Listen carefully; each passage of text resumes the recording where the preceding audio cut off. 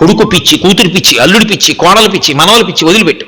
అన్నిటికీ ముందు ఈశ్వరుణ్ణి చేర్చు. ఈశ్వరానుగ్రహం, ఈశ్వరానుగ్రహం. ఏమిటి నువ్వు సాధించేది? నా వాళ్ళు నా వాళ్ళు నా వాళ్ళని నువ్వు ఎవరి మీద పేరాశ పెట్టుకున్నావో వాడు నీ కొంప ఏ 25 తర్వాత ముంచేస్తాడు. నేను పరమ యథార్థం చెప్తున్నాను. కొడుకు కొడుకు కొడుకు కొడుకని పేరాశ పెట్టుకుని పిచ్చెక్కిన వాళ్ళు నాకు తెలుసా అండి? నేను ఈ మాట అందుకే చెప్తున్నాను. ఒక వృద్ధాశ్రమానికి ఒకనకొకప్పుడు మీరు చెప్పిన రామాయణ ప్రసంగాలు వినడానికి వస్తుంటారండి వీళ్ళందరూ వ్యాన్లో. ఒక్కసారి వృద్ధాశ్రమానికి రండి, నేను ఒక వృద్ధాశ్రమానికి వెళ్ళాను. వెళ్ళి చూస్తుంటే ఒక ఆవిడ పెట్టి సర్దేసుకుని వీధిలో కూర్చున్నారు. నేను ఆ వృద్ధులందరినీ పలకరిస్తూ అలా వచ్చేటప్పటికి ఆవిడ అన్నారు, నేనేం ఆవిడని అడగలేదు. ఆవిడ అన్నారు, అయ్యా నన్ను తీసుకెళ్ళిపోవడానికి మా అబ్బాయి వస్తున్నాడు ఇవాళ, అందుకని నేను ఇంటికి వెళ్ళిపోతున్నానండి, నేను పెట్టి సర్దుకున్నానారా. అమ్మ చాలా సంతోషం అమ్మా, ఇన్నాళ్ళు ఇక్కడ ఉన్నారు, మీ అబ్బాయి తీసుకెళ్ళిపోతున్నాడు, అసలు ఇక్కడ ఇన్నాళ్ళు ఎందుకు ఉంచాడు, చాలా సంతోషం తల్లి అని నేను ముందుకు వెళ్ళిపోయాను.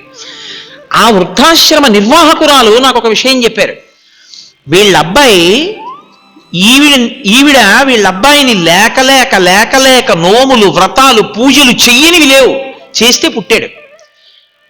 ఆవిడ భర్త మరణించిన తర్వాత, అంటే ఆ కొడుకు తండ్రి మరణించిన తర్వాత కొన్నేళ్లు పోయాక ఈవిడ ఆయనకి బరువు అయిపోయి ఈవిడ్ని గుడికి తీసుకెళ్తున్నానని చెప్పి మాకు డబ్బు కట్టేసి చెప్పొద్దని, ఈవిడెప్పుడు గుమ్మం దిగింది కాదు, ఎక్కడికి వెళ్ళింది కాదు.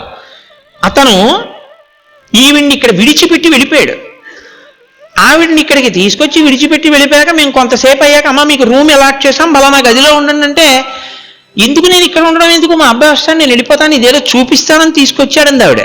కాదమ్మా ఇది వృద్ధాశ్రమం, మిమ్మల్ని ఇక్కడ చేర్చాడు మీ అబ్బాయి అని చెప్పాం. కొన్ని గంటల తర్వాత ఆవిడికి పిచ్చెక్కిపోయింది ఆ కొడుకు కోసం.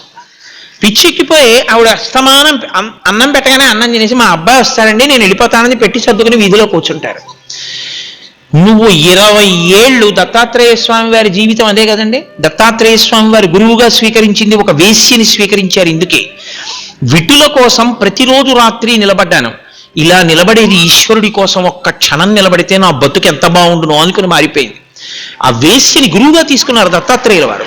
వస్తోంది కదా ఈ వచ్చే పౌర్ణమి దత్తాత్రేయ స్వామి వారి జయంతి, జగద్గురువు. నువ్వు నా వాళ్ళు వీళ్ళు నన్ను ఉద్ధరిస్తారని నువ్వు 25 ఏళ్ళు వాళ్ళ మీద పెట్టుకున్న ఆశలు ఒక్క క్షణంలో పటాపంచలు చేసి, నువ్వెంత నీ బతుకెంత అని నిన్ను నిలదీసి వాళ్ళు తాము చేసుకున్న నిర్ణయానికి కట్టుబడి వాళ్ళు వెళ్ళిపోతారు. అప్పుడు నువ్వు 25 ఏళ్ళు పెంచుకున్న నీ అనుబంధం నువ్వు వగచడానికి, ఏడవడానికి పనికొస్తుంది.